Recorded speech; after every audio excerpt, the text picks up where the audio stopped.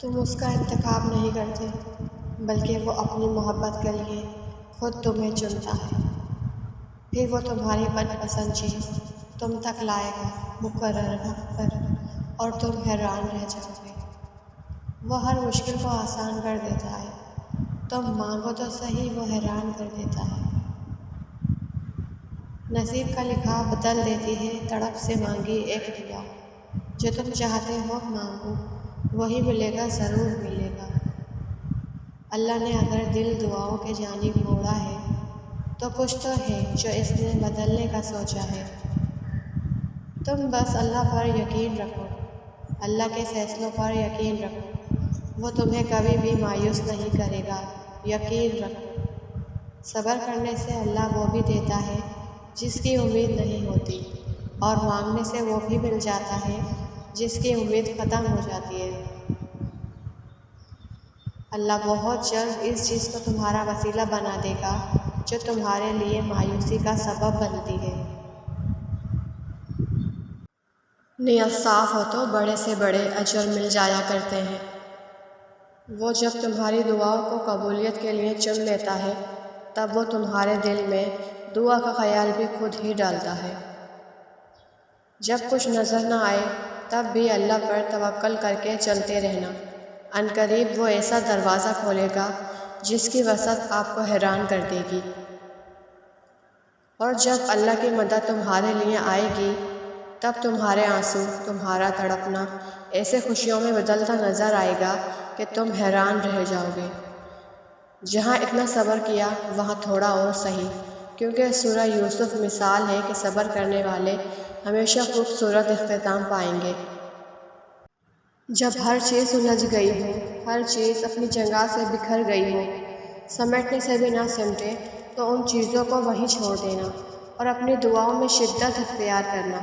جب تم اپنی دعاؤں میں شدت اختیار کرو گے تو ہر چیز اپنے آپ سمٹنے لگے گی۔ انتظار کی اذیت کے بعد ہی تو یعقوب علیہ السلام کو یوسف علیہ السلام سے ملوایا گیا تھا۔ جسے سزا سمجھ رہے ہو، اسی میں تمہارے لیے بہتری چھپی ہے۔ تمہاری دعاؤں پر کن ہوگا، ضرور ہوگا، بس تم دعائیں مانگنا نہیں چھوڑنا۔ یاد رکھو تم اللہ سے اپنی حیثیت کے مطابق مانگتے ہو، پر وہ تم کو اپنی شان کے مطابق نوازے گا۔ بس تھوڑا سا انتظار باقی ہے، تمہاری چاہت کو اللہ کی چاہ بنانے کے لیے تھوڑی اور طاقت باقی ہے۔ جس آزمائش کے لیے اللہ نے تمہیں چنا ہے اس کا بھی انعام باقی ہے۔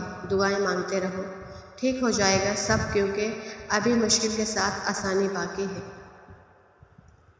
وہ جانتا ہے صبر کی راہ آسان نہیں، اس لیے وہ اپنے بندوں کو اکیلا نہیں چھوڑتا۔ جو رب ایک ماہ صبر کرنے پر انعام میں عید کی خوشی سے نوازتا ہے، تو وہ تمہارا سالوں کا کیا گیا صبر رائگاں کیسے جانے دے سکتا ہے۔